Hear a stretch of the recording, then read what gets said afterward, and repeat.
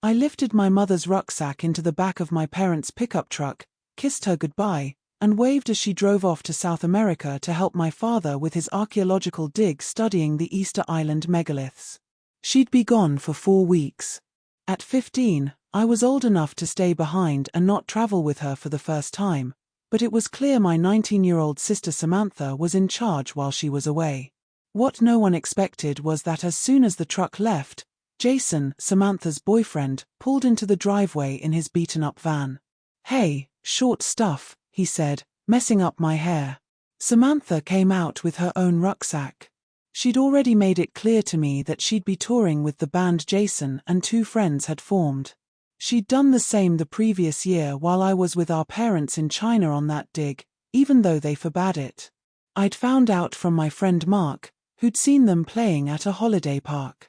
I hadn't exactly blackmailed Samantha then, but my parents did notice she was pitching in with chores more often, which made them think she'd matured. So when summer plans came up this year, they were happy to let her take charge, and I managed to negotiate favorable terms with her while pretending to be upset about being left alone. "Alex, I hope I can trust you. Here's all the money Mum left us. Remember, it's our secret, don't burn the house down," she said before hopping into the van and waving until she disappeared. Machiavelli couldn't have done better. I had the house to myself for the next 4 weeks, my sister owing me, and enough money for my own little schemes. I walked back inside and forced myself to sit and watch TV, convincing myself someone would come back, forgetting something or changing plans. After 3 hours of pacing with a nervous, hollow excitement in my stomach, Samantha called to say they'd reached the coast, at the club where they'd play for the week, and checked if everything was okay with me. I called the airport and confirmed my mother's flight had left on time. Finally, I felt calm enough to start. I picked up the phone and, with my most pleasant voice, though I was shaking almost as much as my hands, I booked an appointment at the beauty parlor for first thing the next day. It was early evening, and I decided to begin my preparations. Over the past few months, I'd been secretly collecting small items belonging to my mother and sister. Now I arranged them on my dresser, pairs of stockings from the laundry basket, nearly finished cosmetics from the bathroom, small things no one would miss. I hid them under the floorboards in my bedroom. I undressed and studied myself in the mirror. I was short for my age, about 5'3", average weight, but not stocky like some other short boys. My mousy brown hair had grown long, just reaching my shoulders, giving me a slightly girlish look similar to some members of popular boy bands. I had a small tuft of fine hair on my chin and upper lip, and under my arms. I applied some depilatory cream I'd gotten, rubbed it in, then stepped into the shower letting the hot water wash over me. I barely slept that night, too excited. For the next few weeks, I was going to be Alex Stein. I woke up an hour before my alarm and lay there smiling for a while. After showering again, I wrapped myself in a soft, fluffy robe and had some breakfast. Then I stepped into my sister's room, not for the first time, as I'd explored it many times before and tried on nearly all her clothes. But this time, I was thinking about what to wear to present myself as a woman out in the world. First, I opened her underwear drawer and picked a pair of white satin panties. I slipped them over my smooth, hairless legs, carefully tucking away my manhood. Next, I struggled into a matching Wonder bra and checked myself in the mirror. Not bad, my sister wasn't especially well endowed, so the bra fit me well, giving a modest cleavage. At her dressing table, I was pleased to see she'd left plenty of cosmetics behind. My skin was good, so I applied just a light dusting of powder, a pink glossy lipstick, and subtle mascara. For clothes, I chose black stretch hipster jeans and a short white lace blouse that showed my bare midriff and the white bra underneath. I still needed shoes, so I borrowed from my mother's collection, her shoes fit better. I picked a pair of strappy black wedge heels that matched the jeans, added a single-chested velour coat, and a slim silver watch. Suddenly, I realized the time and had to rush to make my beauty parlor appointment. I grabbed a spare handbag with a few essentials, checked myself in the mirror one last time, and hurried out. As I rushed down the street, the reality of what I was doing hit me, and panic set in. An old man approached slowly. My mind raced, everything around me felt slowed, and I started to panic. What if I was arrested? What if I looked ridiculous? The man stopped, gently touched my arm, and said, "Are you all right, miss? You look flushed. Do you need to sit down?" I took a deep breath, smiled, and told him I was fine, just in a hurry. He smiled back warmly, telling me to take care. That smile reassured me more than anything, boosting my confidence. Walking on, I began holding my head higher, making eye contact, and smiling. Almost every time, people smiled back. My nerves eased, and I focused on my posture, taking smaller steps, standing tall without slouching. I had hoped an early appointment would mean the beauty parlor was quiet, but it was busy. I gave my name at reception and took a seat, carefully crossing my legs at the ankles. I looked around the salon, a place I'd often dreamed of entering on my way home from school. Soft carpet, delicate wallpaper, and luxurious furnishings, a far cry from the local barber I usually visited. Soft music played, and several customers relaxed while getting pampered. A young woman named Kate greeted me and showed me to a chair by the mirror. I told her I had an important job interview in the city and wanted the full treatment: manicure, facial, a stylish haircut, something glamorous. Kate suggested a new hair color and showed me a picture of a model with blonde, sculpted layered hair that would suit my face and be easy to manage. I protested, saying I couldn't pull off such a bold look, but Kate insisted it would help me get the job and the man. I agreed. "Alexstein," she said, "it's wonderful to have an attractive young woman in here with the courage to try something different." I blushed, embarrassed. Little did she know how true that was. I thanked her quietly. Not only was I passing as a girl, but I was passing as a pretty one. "Ready to begin?" I smiled again. My hair was washed, then wrapped in foils with the chemical to lighten it blonde. My skin was treated with various creams and ointments. A manicurist applied extensions, filed, sanded, and painted my nails. My eyebrows were plucked, and makeup applied.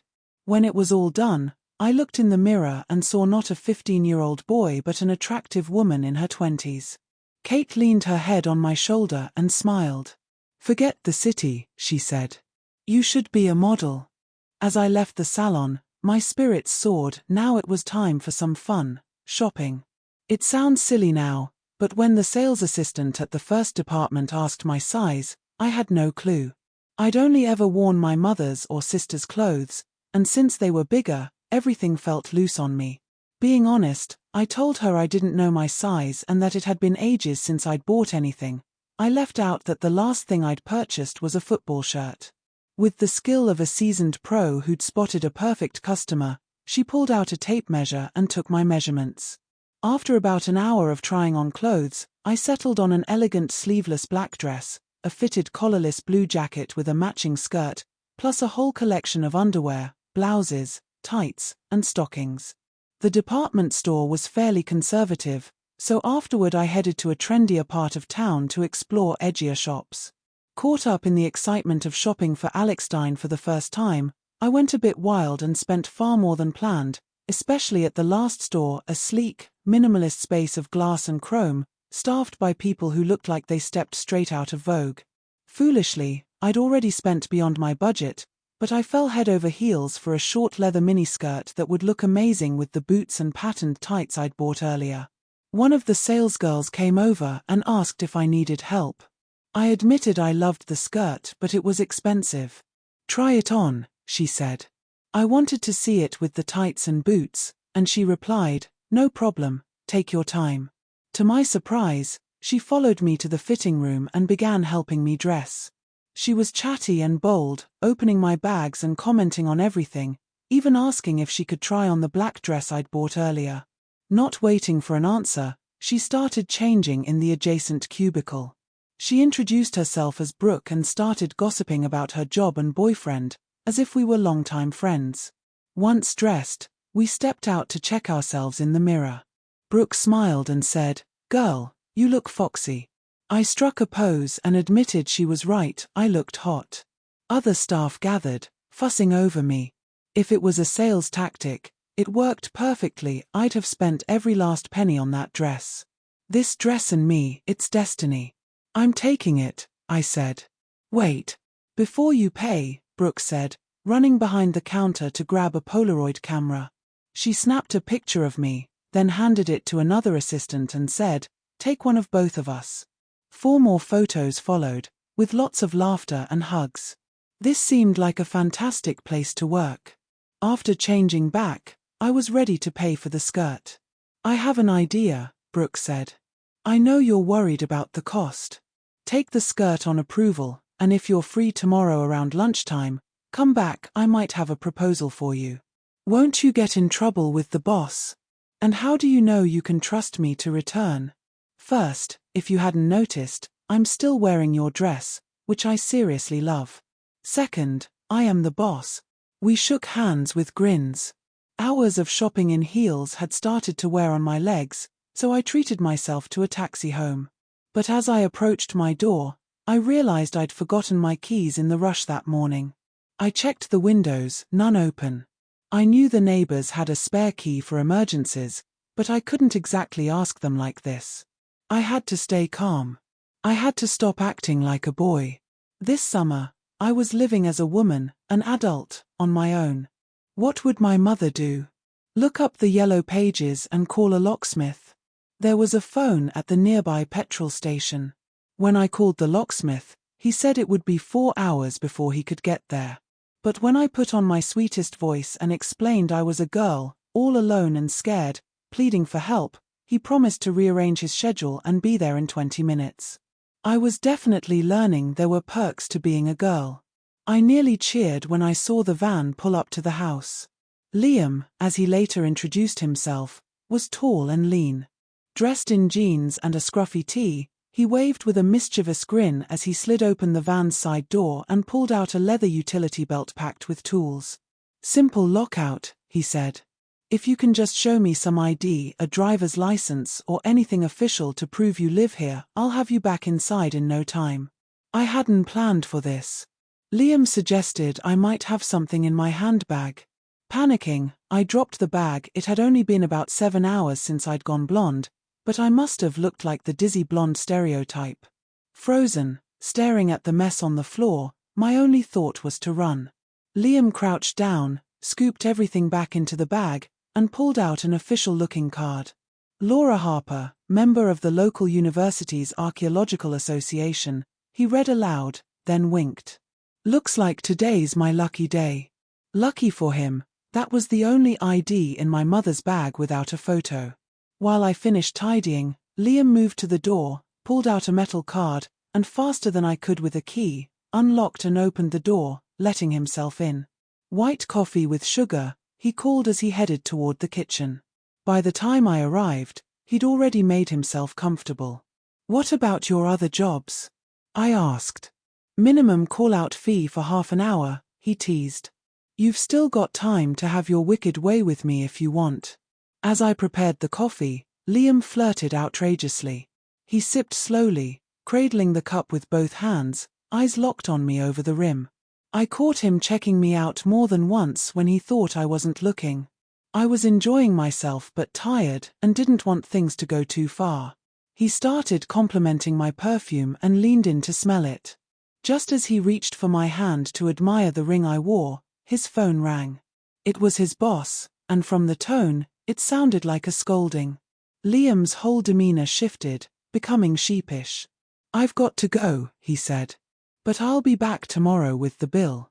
I saw him out, sure he could have billed me right then and there. He just wanted a reason to come back. I locked the door with extra care. The last thing I needed was an unexpected visit from Liam. After showering, I collapsed into bed, naked, aching feet and a racing mind replaying the day's adventures.